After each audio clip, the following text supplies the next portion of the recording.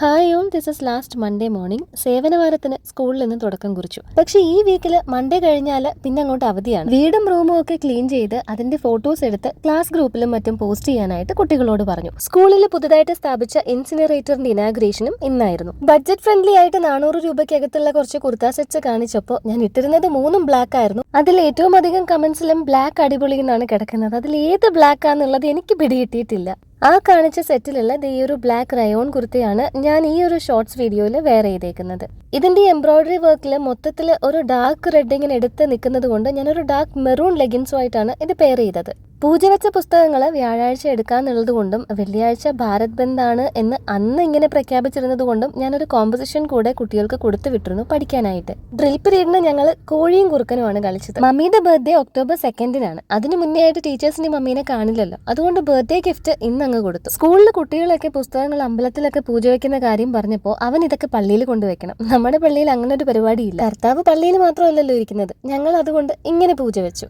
ഇനി കുക്കു സാർ ഇരുന്ന് TV കാണും, ഞാനൊരു ഉറക്കം അങ്ങ് ഉറങ്ങും. ഉറങ്ങി എണീറ്റാല് ഇന്ന് നമുക്ക് ഇടവക പള്ളി വരെ പോകണം. മാതാവിന്റെ പെരുന്നാളിന് കുരിശടിയിൽ ഒരു സക്രാരി സ്ഥാപിച്ചിരുന്നു. അവിടെ ആരാധന വെക്കുന്നുണ്ടോ എന്ന് അറിയാനായിട്ടാണ് ഈ പോക്ക്. ഈ വരുന്നത് മാസത്തിലെ ആദ്യത്തെ ബുധനാഴ്ച ആയതുകൊണ്ട് അന്നേ ദിവസം ആരാധനയും ദിവ്യബലിയും ഒക്കെ വെക്കാൻ പറ്റുമോ എന്ന് ഫാദറിനോട് ചോദിക്കണം. ഇന്നലെ മിനിയാന്റിയുടെ ബർത്ത്ഡേ കഴിഞ്ഞിട്ട് ബാക്കി കുറച്ച് കേക്ക് ഇരിപ്പുണ്ടായിരുന്നു. അതുകൊണ്ട് ചായക്ക് ഇന്ന് പ്രത്യേകിച്ച് ഒന്നും ഉണ്ടാക്കിയില്ല. ഞാനും കുക്കു ആ കേക്ക് കഴിച്ചു. ബബിയാന്റെ ജോലി കഴിഞ്ഞെത്തിയപ്പോൾ ഒരു ചായ ബബിയാന്റിക്കും കൊടുത്ത് ഞങ്ങൾ രണ്ടുപേരും കൂടെ നേരെ ചേരമോളുടെ വീട്ടിലേക്ക്. ഇതിനുള്ളിൽ കുർബാന എഴുന്നള്ളിച്ച് വെക്കുന്നത്. ഇത് സ്പോൺസേർഡ് ആണ്. ഇതിന് പറയുന്ന പേര് അരുളിക്കാന്നാണ്.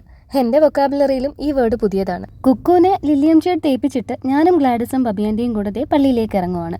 തിരുന്താതി അടിച്ചപ്പോഴേക്ക് ഞങ്ങൾ പള്ളിയിലേക്ക് എത്തി. ഈ 6 മണിക്കും 7 മണിക്കും ഇടയിൽ ചേർച്ചിൽ നിന്ന് കേൾക്കുന്ന ബെല്ലിനെയാണ് തിരുന്താതി എന്ന് പറയുന്നത്. കൊന്ത പഠിക്കാനുള്ള സമയമായെന്ന് അർത്ഥം. മേടയിലെ ബെല്ലെന്ന് ഷോക്ക് അടിക്കും എന്ന് ആരോ പറഞ്ഞു കേട്ടു. റിസ്ക് എടുക്കാൻ നിന്നില്ല, ഫോണും കൊണ്ട് ബെല്ലം കടിച്ചു. ഞങ്ങളുടെ ഇടവക പള്ളിക്കടുത്തതേ കുരുക്കഴിക്കുന്ന മാതാവിനെ സ്ഥാപിച്ചിട്ടുണ്ട്. ഈ മാസം മുഴുവൻ ഇവിടെ കൊന്തയും പ്രാർത്ഥനയും ആരാധനയും ഒക്കെ ആയിട്ട് പള്ളിയിൽ അച്ഛന്മാരെല്ലാം ബിസിയാണ്. അതുകൊണ്ട് തന്നെ October 1 ആരാധന വെക്കാൻ പറ്റില്ല. പക്ഷേ October 8 ആരാധനയുണ്ട്. അത് കൊച്ചച്ഛനോട് ഫാദർ ഡയറിയിൽ കുറിച്ചു വെക്കാനും പറഞ്ഞു. തിരിച്ചു നടക്കുന്ന വഴി ഞങ്ങളുടെ ഇരവിപുരം ജംഗ്ഷനിലുള്ള ഒരു ചെറിയ കടയിൽ നിന്ന് ഞാനൊരു പാക്കറ്റ് ബ്രെഡ് അങ്ങ് മേടിച്ചു. വീട്ടിൽ കുറച്ച് ബീഫ് കറി ഇരിപ്പുണ്ട്. വീട്ടിലെത്തി ഒന്ന് ഫ്രഷ് ആയി നേരെ കറി എടുത്ത് ചൂടാക്കാനായിട്ട് വെച്ചു. നല്ല വിശപ്പുണ്ടായിരുന്നു.